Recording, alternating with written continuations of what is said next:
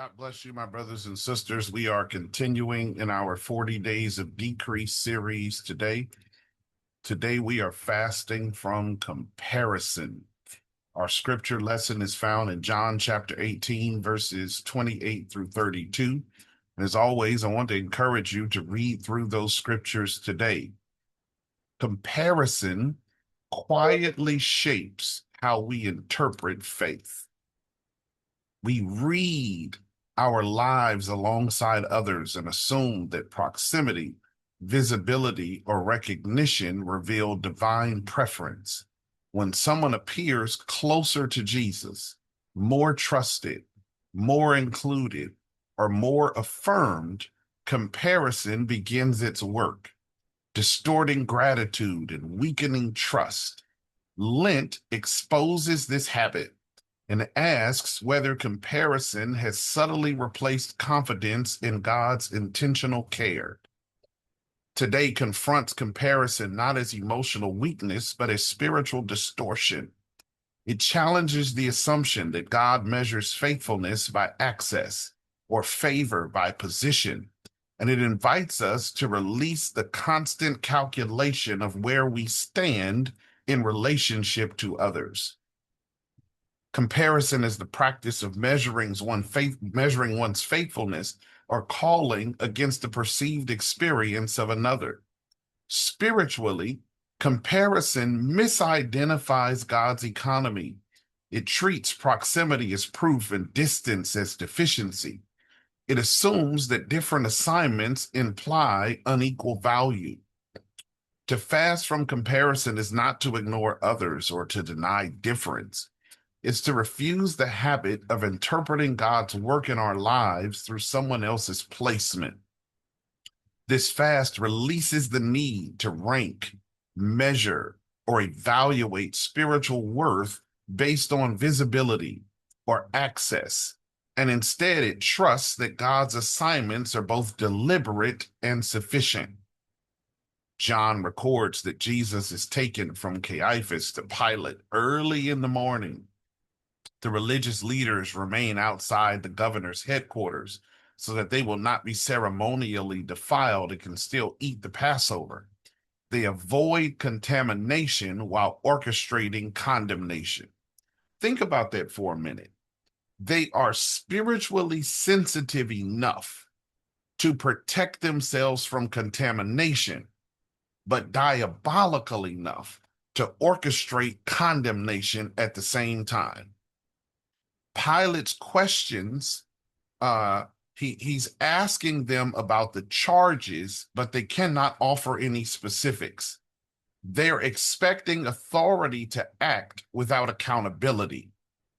Pilate responds by attempting to shift responsibility back on them, but they object, insisting that only Roman power can authorize execution.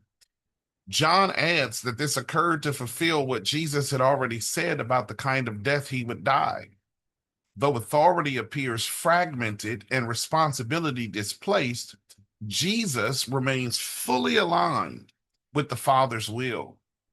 Others are maneuvering around perception and position, but Jesus submits without comparison or negotiation. Comparison emerges whenever responsibility is avoided and outcomes are measured by position rather than obedience. In John 18, the religious leaders compare themselves favorably to Jesus. They preserve status, ritual purity, and distance, while Jesus absorbs exposure, accusation, and surrender. Scripture consistently teaches that God does not distribute closeness competitively. Faithfulness is not awarded by visibility. Jesus does not resist his path because others appear safer or more secure. He neither envies nor questions their position. His obedience remains intact because his trust is a settled matter. Comparison fractures faith by shifting attention from God's call to God's calculus. It trains the heart to distrust divine intentionality. God did this over here because his will was to do this over here. And he did that over there because his will was to do that over there. And it does not change, alter, or improve or devolve because of how we compare the facts. Here's the heart of day 26. Comparison substitutes interpretation for trust. It convinces us that we can determine God's favor by observation rather than obedience. Jesus does not measure his obedience against others' security. He does not resent their distance or negotiate his assignment. And Lent invites us to release the false belief that God's work in another person's life diminishes God's work in our own. Lent then reshapes how we see. It strips away habits that quietly deform trust. By fasting comparison, we retrain our attention to remain where God has placed us without resentment or anxiety. This discipline forms contentment, not as resignation, but as confidence. Confidence that God's assignments are purposeful, even when they differ, and that faithfulness is never diminished by another's calling. Today's fast asks where comparison has crept into your spiritual interpretation. Notice moments where another's proximity, affirmation, or opportunity causes dissatisfaction or doubt. Choose to release one internal comparison today. Instead of measuring yourself against another, offer gratitude for your current assignment and pray specifically for the one you were tempted to compare yourself to. Let blessing replace evaluation. Here are your questions for reflection before you pause to pray today. Where do I most often compare my faith journey to that of others?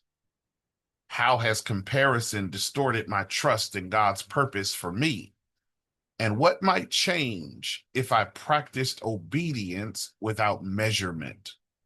I want to commend you again to read through the scriptures for today. Those are John chapter 18, verses 28 through 32. And then be sure to take the time to pray today. I really believe that God is going to meet you in your prayer today as you work through this heart fast of comparison. God bless you, my brothers and sisters, and we'll see you tomorrow.